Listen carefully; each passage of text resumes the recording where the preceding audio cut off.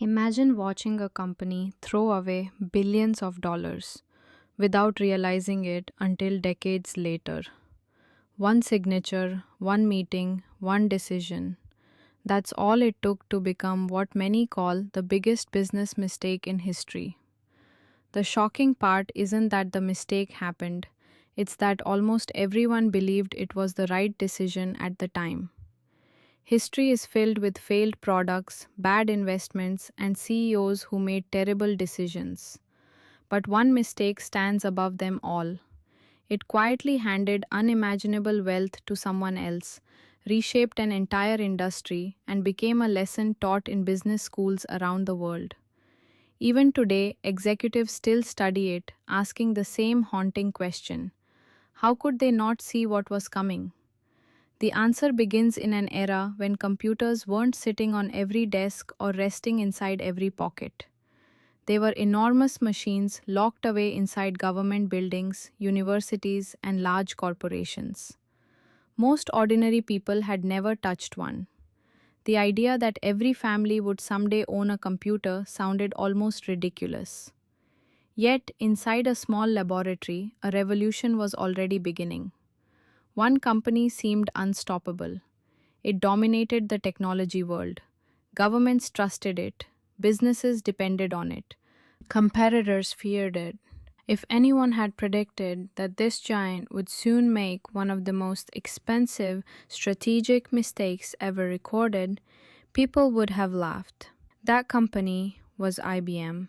For decades, IBM represented power, innovation, and confidence. It wasn't simply another technology company, it was the technology company. Blue suits, strict discipline, and engineering excellence defined its culture. Customers believed that buying IBM meant buying certainty. Then something changed. Small startups began experimenting with personal computers. Instead of building machines for corporations, they imagined computers sitting inside homes, schools, and small businesses. Most executives dismissed the idea as a niche hobby. Why would ordinary people ever need their own computer? But one startup refused to let the dream die. Apple had already shown that personal computers could excite consumers. Suddenly, IBM faced a decision it had never expected: ignore the market and risk falling behind, or move as fast as possible. Pressure inside IBM exploded. Normally, the company spent years developing every component itself. That process guaranteed quality, but moved painfully slowly. This time, executives believed speed mattered more than perfection. They needed a personal computer immediately.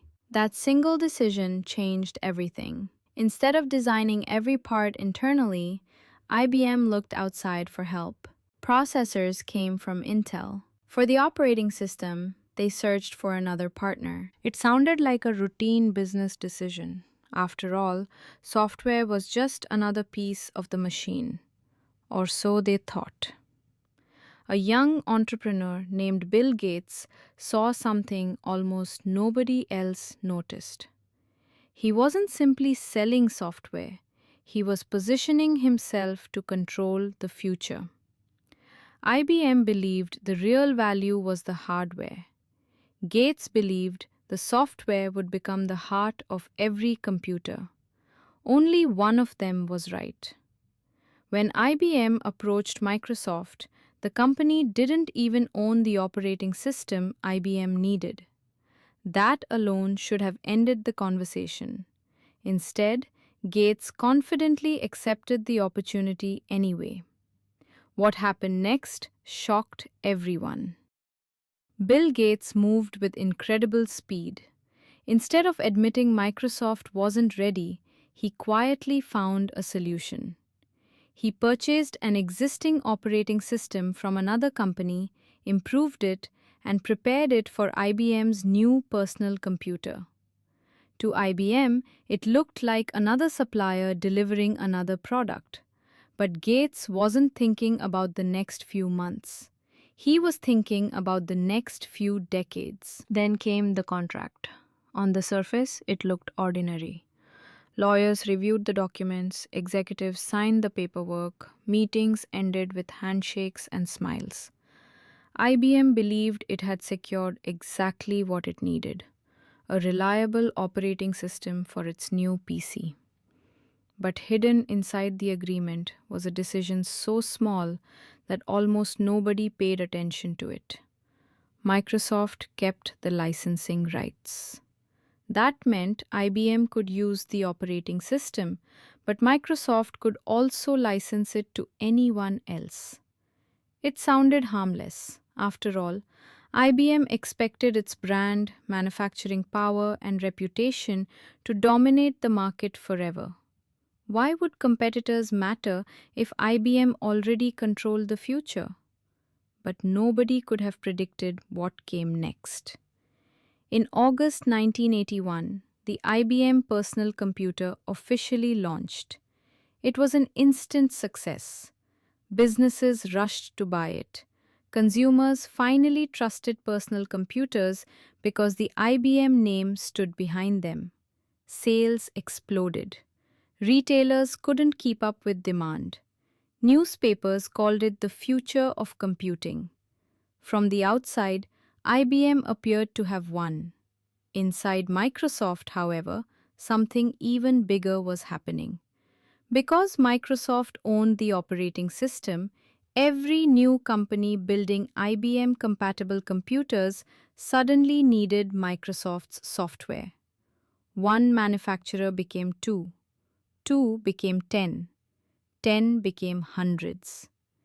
Every computer sold meant another copy of Microsoft's operating system finding its way into homes and offices around the world. The more competitors entered the market, the richer Microsoft became.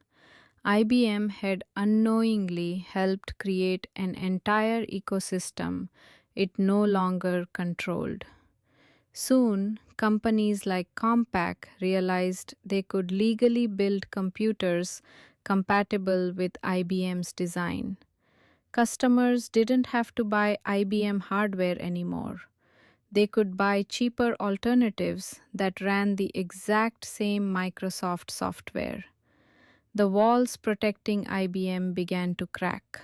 At first, executives weren't worried. IBM was still making billions. The company still had one of the strongest brands in the world.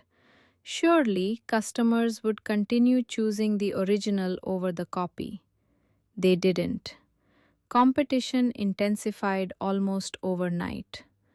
Clone manufacturers improved their products while driving prices lower. Consumers loved having more choices. Businesses loved saving money. Every clone computer weakened IBM's dominance while strengthening Microsoft's position. The balance of power had quietly shifted. The real product was no longer the computer, it was the software inside. Every new PC increased Microsoft's influence, regardless of who manufactured the machine. IBM carried the expensive burden of designing and producing hardware. Microsoft simply collected licensing fees from nearly everyone. It was one of the most profitable business models the world had ever seen. Meanwhile, Intel found itself in an equally powerful position. Since IBM had chosen Intel processors, clone manufacturers also adopted Intel chips to maintain compatibility. Suddenly, two suppliers had become more valuable than the company that created the market. IBM had built the highway. Microsoft and Intel collected the tolls. But the real problem was just beginning. As Windows evolved from a simple operating system into a global software platform, Microsoft's power became almost unstoppable. Developers built applications specifically for Windows. Businesses standardized around Windows. Schools taught students using Windows. The more people adopted it, the harder it became to leave. This created a powerful network effect.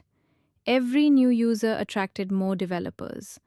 More developers created better software. Better software attracted even more users. The cycle repeated itself year after year. IBM could only watch. The company that had once defined the computer industry slowly lost control of the very revolution it helped create.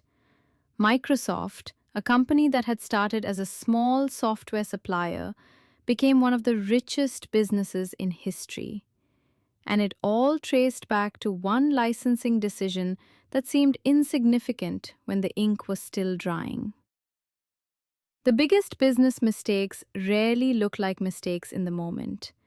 They often look practical, efficient, even brilliant. That is what makes them so dangerous. By the early 1990s, Microsoft's influence had spread across the globe. Bill Gates became the face of the personal computer revolution. Investors poured money into Microsoft. Employees became millionaires. The company's value climbed higher and higher. IBM, once the undisputed king of computing, found itself fighting to stay relevant in a market it had helped create. Few decisions in corporate history have shifted so much wealth from one company to another. And the story wasn't over yet, because this wasn't simply a tale about IBM losing an opportunity. It was a warning that would echo through Silicon Valley for generations. Companies would spend the next 40 years asking a single question whenever they entered a partnership: who really owns the future? That question would determine the winners, and the companies remembered for making history's most expensive mistakes.